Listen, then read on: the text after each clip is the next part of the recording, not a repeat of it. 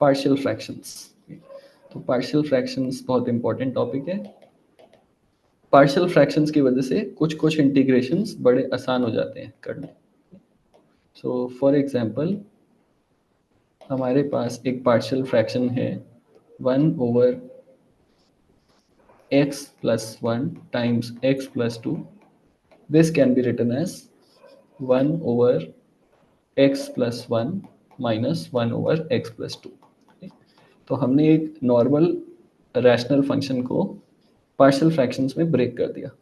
तो अगर हमसे पूछते इंटीग्रेट 1/x² + 3x+2 dx, तो ये ना तो यू सब्स्टिट्यूशन से होता ना किसी और मेथड से होता जो हमने पढ़ा है। ओके, तो this was impossible to solve. But अगर हम इसे पार्शियल फ्रैक्शंस में ब्रेक कर दे then it becomes a very easy integral to solve. So ये होगा इसका इंटीग्रल। तो पार्शियल फ्रैक्शन में ब्रेक करने से हमारा इंटीग्रल काफ़ी इजी हो जाता है। इसका इंटीग्रल होगा ln of mod x+1 minus ln of mod x+2। और प्रॉपर्टीज यूज करके this can be written as ln of mod x+1 divided by x+2। तो पार्शियल फ्रैक्शन हम सॉल्व कैसे करते हैं वो देखते हैं। तो मान लो हमारे पास पार्शियल फ्रैक्शन है a/x-a x-b। तो ऊपर हमारा सिर्फ कांस्टेंट टर्म है, नीचे हमारे दो लीनियर फैक्टर्स हैं।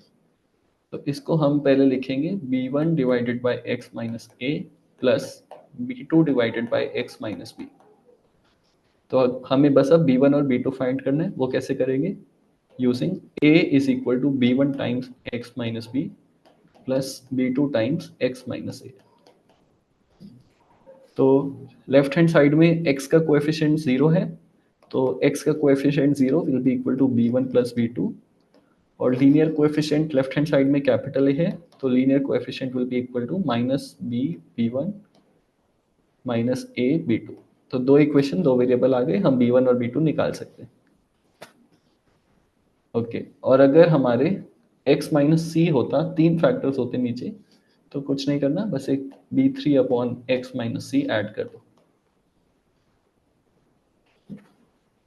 और फिर हमारे तीन इक्वेशन आएंगे और तीन वेरिएबल आएंगे।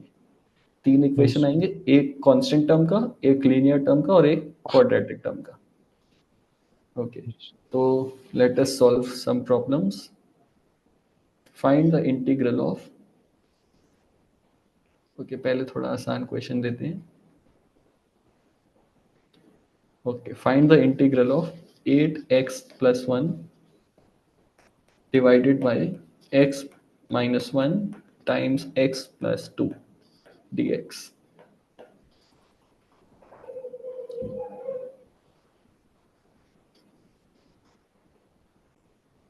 तो इसको हम पहले पार्शियल फ्रैक्शंस में ब्रेक करेंगे। 8x+1 upon x minus 1 times x+2, this will be equal to a divided by x minus 1 plus b divided by x plus 2। तो इसको जब सिंप्लीफाई करेंगे तो राइट हैंड साइड आ जाएगी x minus 1 times x plus 2 और numerator आ जाएगा a times x plus 2 plus b times x minus 1। अब left hand side में न्यूमरेटर इज 8x प्लस 1, तो x का कोएफिशिएंट 8 को हम राइट हैंड साइड वाले x के कोएफिशिएंट से कंपेयर करेंगे और कांस्टेंट टर्म 1 को हम कांस्टेंट कोएफिशिएंट से कंपेयर करेंगे।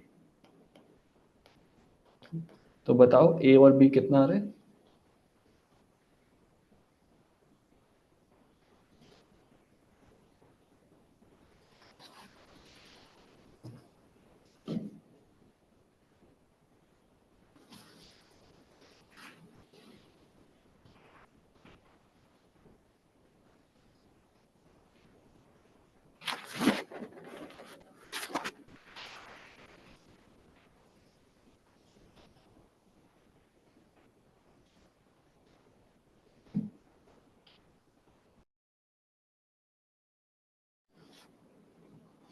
तो ये इंटीग्रल कितना हो जाएगा?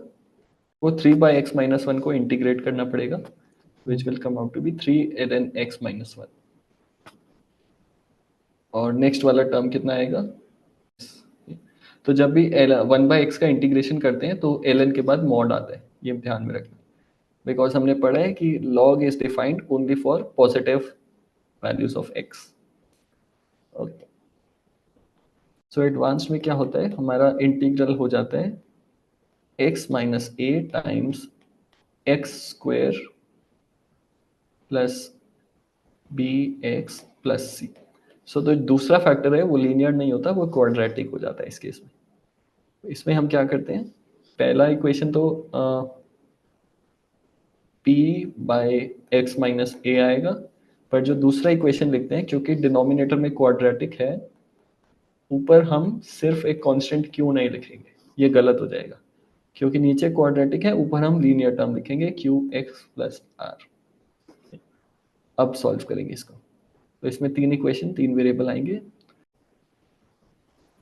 और फिर इंटीग्रेट करने के लिए ये वाला इंटीग्रल लॉन हो जाएगा, ये वाले इंटीग्रल के लिए हम चेन रूल यू सब्स्टिट्यूशन लगा लेंगे। ओके ओके, तो let us evaluate the integral of x plus 18 divided by 3x plus 5 times x plus 4।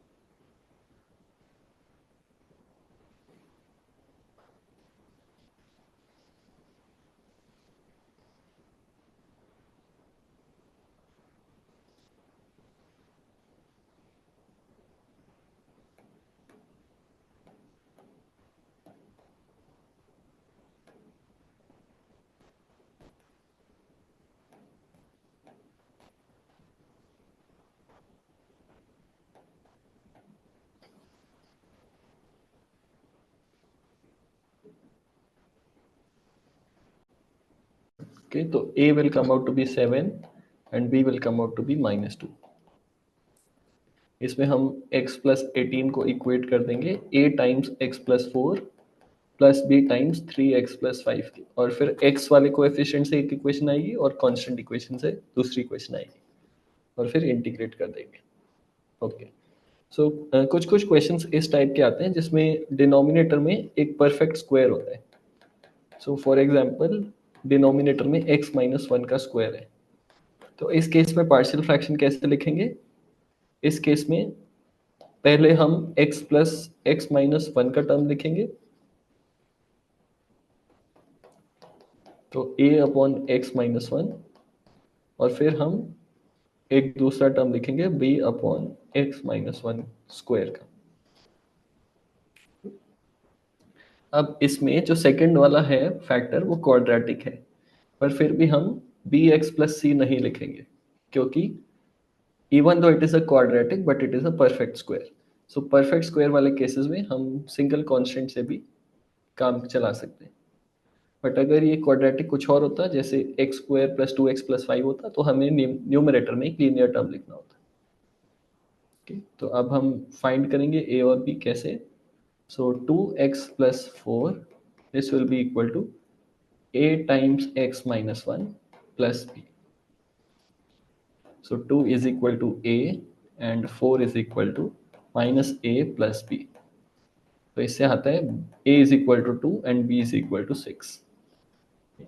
तो हमारा जो इंटीग्रैंड था that becomes integral of 2 divided by x minus 1 plus 6 divided by x minus 1 whole square dx। अब second वाले को कैसे integrate करेंगे,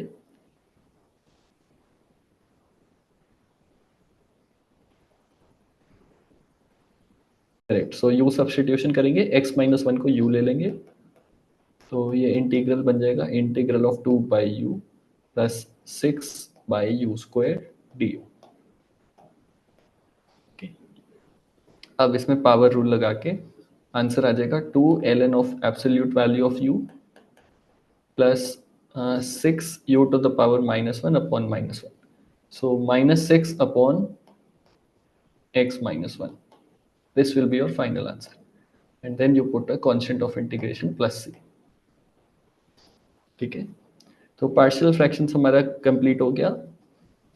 अब एक चीज आपको देखनी है कि जो हमारे पार्शियल फ्रैक्शन वाले क्वेश्चंस हैं वो यू सब्स्टिट्यूशन से भी हो सकते हैं। तो जैसे हमने पिछले एग्जाम्पल में देखा x plus 18/3x+5 times x+4, तो इसको हम यू सब्स्टिट्यूशन से भी कर सकते थे। कैसे? क्योंकि जो डिनोमिनेटर है that is 3x² plus 19x+20, तो अगर हम इसका डिनोमिनेटर का डेरिवेटिव लें दैट इज 6x+19, तो हम न्यूमरेटर को 6x+19 के टर्म्स में अरेंज कर सकते हैं, पर वो काफ़ी लंबा हो जाएगा।